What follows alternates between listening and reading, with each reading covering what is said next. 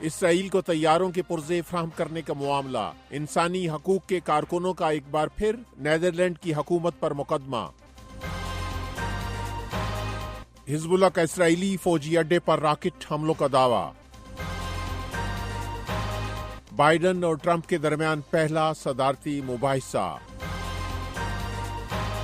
Voice of America Washington سے اہم خبروں کے ساتھ محمد جلیل۔ اسرائیل کو جنگی طیاروں کی پرزوں کی فراہمی روکنے کے لیے نیدرلینڈ کے انسانی حقوقی تنظیموں نے ایک بار پھر عدالت سے رجوع کیا ہے کہ حکومت عدالت کے حکم کی پابندی نہیں کر رہی۔ فروری میں ایک تاریخی فیصلے میں نیدرلینڈ کی ایک اپیل کورٹ نے حکومت کو غزہ کی پٹی میں اسرائیل کی طرف سے فضائی کارروائیوں میں استعمال ہونے والے لڑاکا طیاروں کے لیے پرزوں کی فراہمی روک دینے کا حکم دیا تھا۔ عدالت نے اپنے فیصلے میں کہا تھا کہ اس بات کا خطرہ موجود ہے کہ یہ طیارے بین الاقوامی انسانی حقوق کی خلاف ورزی میں استعمال ہو سکتے ہیں۔ انسانی حقوق کے ایک گروپ کے وکیل نے عدالت کو بتایا کہ عدالت کے حکم کے باوجود اسرائیل کو طیاروں کے پرزوں کی فراہمی جاری ہے۔ ادھر نیدرلینڈ کی حکومت کا کہنا ہے کہ وہ عدالت کے فیصلے پر عمل کرے گی، لیکن ساتھ ہی اس نے اعلان کیا کہ وہ اس فیصلے کے خلاف سپریم کورٹ میں اپیل کرے گی۔ یہ وائس آف امریکہ واشنگٹن ہے۔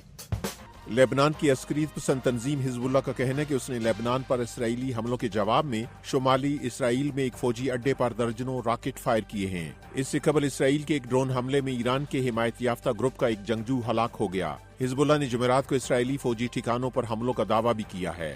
سرکاری نیشنل نیوز ایجنسی NNA نے جنوبی لیبنان کے کئی علاقوں میں اسرائیلی حملوں کی اطلاع دی ہے۔ اسرائیلی فوج نے ایک بیان میں کہا ہے کہ لیبنان سے آنے والے تقریباً 35 راکٹس کی نشاندہی کی گئی، جس کے بعد اسرائیل کی فوج نے زیادہ تر کو کامیابی کے ساتھ روک دیا۔ حملوں میں کوئی زخمی نہیں ہوا ہے۔ ادھر فرانس کی وزارت خارجہ نے اس لڑائی پر تشویش کا اظہار کرتے ہوئے تمام فریقوں کو تحمل کا مظاہرہ کرنے کی اپیل کی ہے۔ امریکہ میں صدارتی انتخابات سے قبل موجودہ صدر جو بائیڈن اور سابق صدر ڈونلڈ ٹرمپ کے مابین جمعرات کو پہلا صدارتی مباحثہ ہوا۔ مباحثے کے آغاز ہی سے بائیڈن اور ٹرمپ نے ایک دوسرے کی پالیسی پر سخت تنقید کی، جس میں امریکی معیشت، خارجہ امور، اسقاط حمل کے حقوق اور میکسیکو کی سرحد سے امریکہ میں آنے والے تارکین وطن کا معاملہ بھی شامل ہے۔ اس کے علاوہ امریکہ کی خارجہ پالیسی کے حوالے سے یوکرین اور افغانستان کا مسئلہ بھی زیر بحث آیا، جبکہ یوکرین جنگ کے بارے میں دونوں کے نقطۂ نظر میں شدید اختلاف تھا۔ ٹرمپ نے بائیڈن پر الزام عائد کیا کہ ہم اب تیسری دنیا کی طرح ہیں اور اب ہمارا احترام نہیں کیا جاتا ہے، جس کے جواب میں بائیڈن نے کہا کہ ٹرمپ کو جمہوریت کا کوئی احساس نہیں ہے۔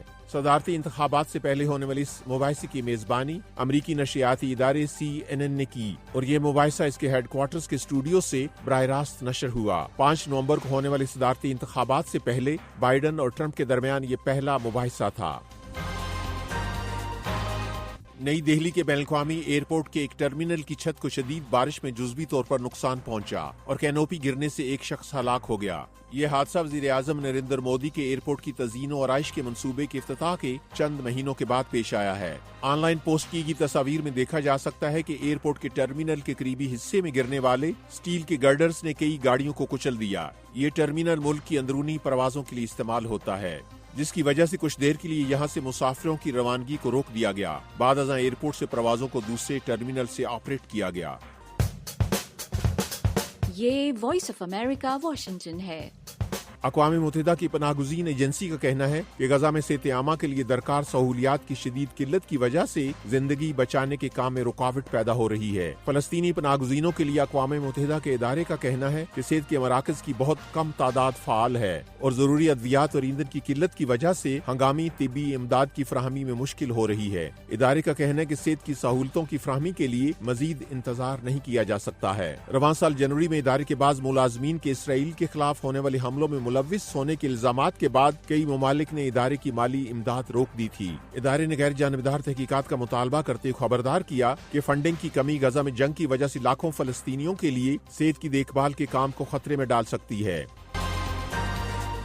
وائس آف امریکہ واشنگٹن کی اردو سروس سے خبروں کا یہ بلیٹن اب ختم ہوتا ہے۔ میں ہوں محمد جلیل اور ایڈیٹر تھی سارہ حسن۔